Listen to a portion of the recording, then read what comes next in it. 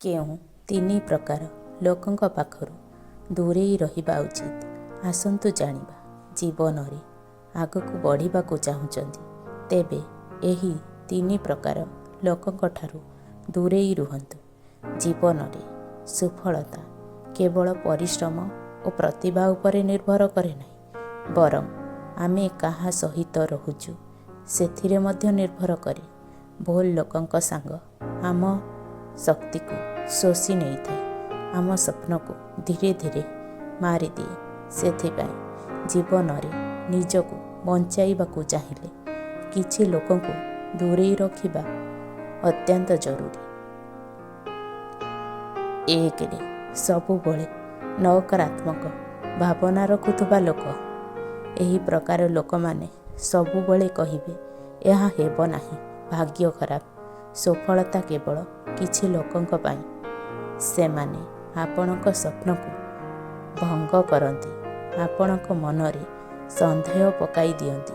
ଧୀରେ ଧୀରେ ଆପଣ ନିଜେ ମଧ୍ୟ ଭାବିବାକୁ ଲାଗନ୍ତି, ସାୟଦ ମୁଁ ପାରିବି ନାହିଁ।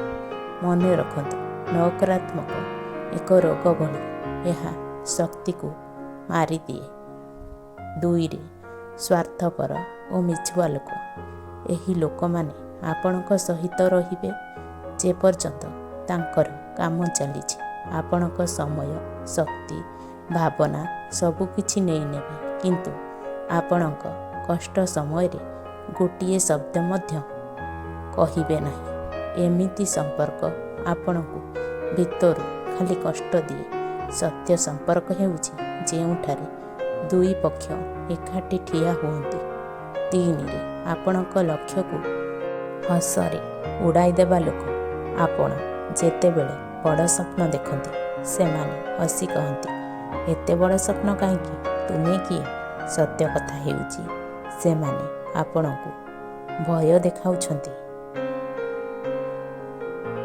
ଯେଉଁମାନେ ନିଜେ କିଛି କରିପାରନ୍ତି ନାହିଁ, ସେମାନେ ଅନ୍ୟଙ୍କ ସ୍ୱପ୍ନକୁ ଛୋଟ କରନ୍ତି।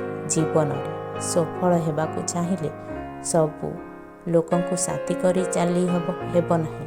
କେତେକ ଲୋକଙ୍କୁ ଛାଡ଼ିବା ଖରାପ ନୁହଁ, ଏହା ହେଉଛି ନିଜକୁ ବଞ୍ଚାଇବାର ସାହସ।